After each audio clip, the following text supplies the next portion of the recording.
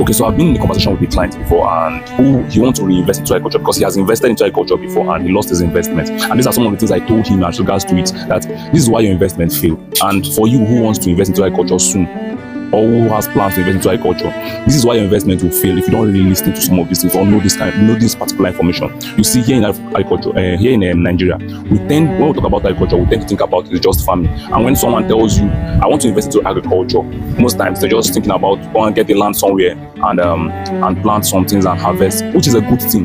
But most times the problem here is sometimes we just follow trend. Probably you just hear this year rice is doing well, and all that's in your thought is, how can I get land and farm rice? Which is fair, but the question you're not really asking is, farming rice is not a problem.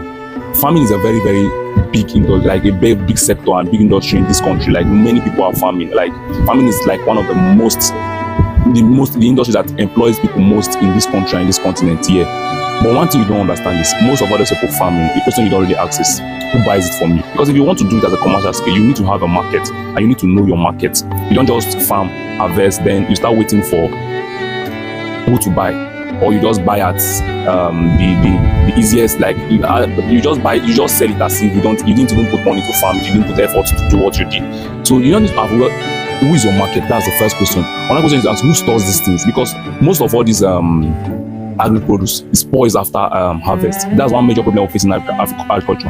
We lose over 30 to 40% of our harvested farm produce to post-harvest losses, and this is because of poor storage. So this thing you are farming or this thing you are buying, do you really have a good means of storing these things? These are questions you ask. Where is your market? Do you have good storage facilities for these things? These are questions you need to ask yourself and get good answer to if you really want to preserve your investment, to know you are investing rightly. You know you're not really gambling, and you know you want to really invest. These are some information you really need to know. What is government policies around these things?